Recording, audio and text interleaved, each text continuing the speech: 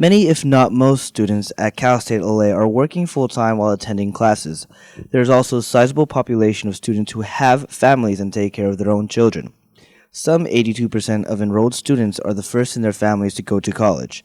All these things piling on top of financial obligations and maintaining completion of classes can take a toll on mental health. It was probably the first year of my college experience. I was going through midterms and I had a presentation to do, and the entire semester knowing that I had to go up and do a presentation by myself was just stressing me out. That was all I was thinking about.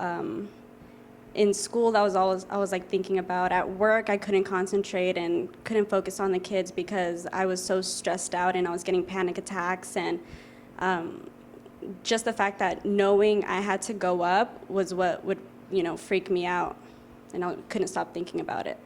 With high anxiety like Brenda's and an inability to control and balance, stress can result in students looking for ways to cope with stress. Alcohol use can interfere with work, school, home, and relationships.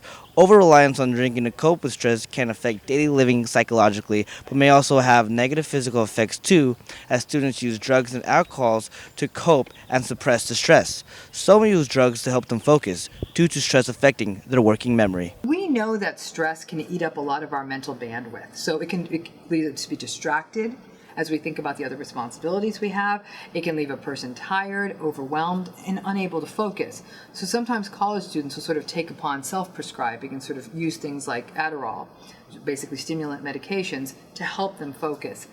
Not a good idea. There is a reason Adderall is given with a prescription from an MD who has gone to medical school and has been trained. Adderall is no joke. And this idea that people can sort of take it the way they want it and use it to focus is a fool's errand, and I do not recommend it. If a person is having that much attentional disruption, they are strongly encouraged to seek out the care of a psychiatrist, their primary care physician, or a psychologist to get further assessed to determine if a pharmacologic solution is needed. Dr. Dervasula says there are better ways to fight stress than using the wrong alternatives to suppress it, or trying to get focused because of lack of working memory. As faculty looks to help address the stress issues on campus, doctors warn against heavy drinking and drug usage to fight stress. They can interrupt the ability to get a full night's rest if the use of drugs and alcohol can destroy relationships between friends, partners, family members, or business associates. There are at least two resources. One is President Covino's Mind Matters initiative, which is working with the Counseling Center and various departments on campus to provide mental health and other sorts of support to students who are at potential risk. And then beyond that, we have a counseling center on campus where students who are perhaps experiencing the effects of depression or anxiety or post-traumatic stress syndrome and vets and so forth. We have students who are in the military.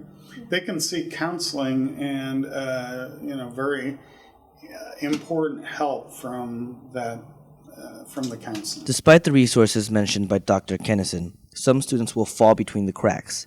In that sense, student stress is like that of all students.